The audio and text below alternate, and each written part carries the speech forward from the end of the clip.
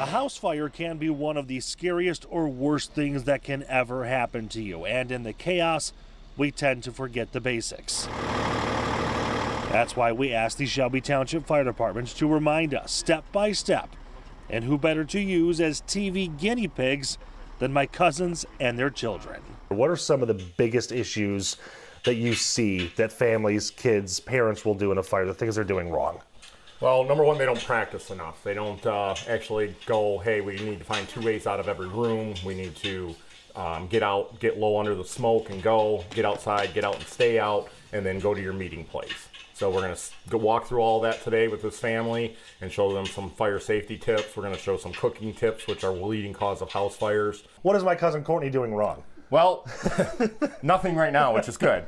So we're going to simulate that if this pot was on fire, she has her hot glove on already, and there's a lid that fits this. So what she would do if this was on fire is grab that lid, put it on there cautiously with her hot mitt, and then come around the side and shut the burner off. The mistake usually is people will think they want to douse it in water, take it to the sink. Yeah, they'll either douse it in water or they'll throw flour on top of it and then splash it and it's already on fire. Here is a troubling statistic. In most fatal fires, there was not a working smoke detector. You should have one in the hallway, one in each bedroom.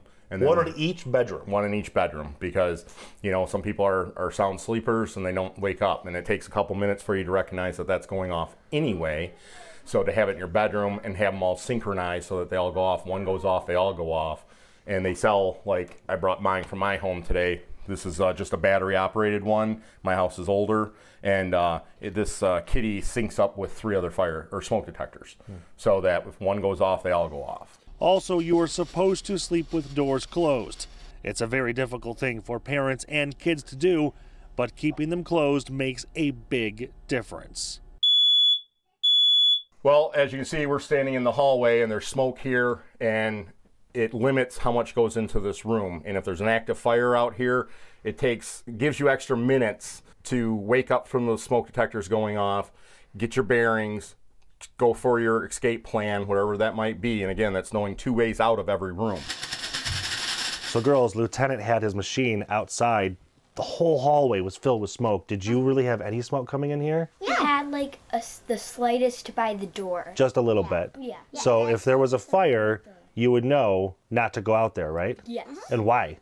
Because there would be a fire out there and we could not get out that way. If you find yourself inside of a room with a fire outside, check the door before opening it. So we're going to touch it with the back of our hand, right? And then drag it down and feel that. And then that way, if that's hot, you pull your hand over it. See, you don't grip it like that, because if you grip it like that, you're going to get burned, right? So this way you can pull it away quickly. You have heard the lieutenant talk about a meeting space outside, but many families choose the wrong one. In picking your meeting place, it should be someplace away from the road, but away from the structure. So we looked around this yard and we came up with the fire hydrant because it was away from the main road, so that when the trucks are coming in, that they have a clear path. And then once we get to the house, again, we can identify that everybody's there. But you want to stay away from the road. Sometimes we go to the mailboxes, but the kids will get in the road, and we don't want that. All of these tips are things we should be practicing often, hoping never to use them. Yeah, it's something we don't really practice either. I think as parents, it's something that you don't think can ever happen to you until it does. So it's important this has really opened our eyes, and it's really important for us to see that this is something we need to work on. In Shelby Township, Nick Monticelli, Local 4.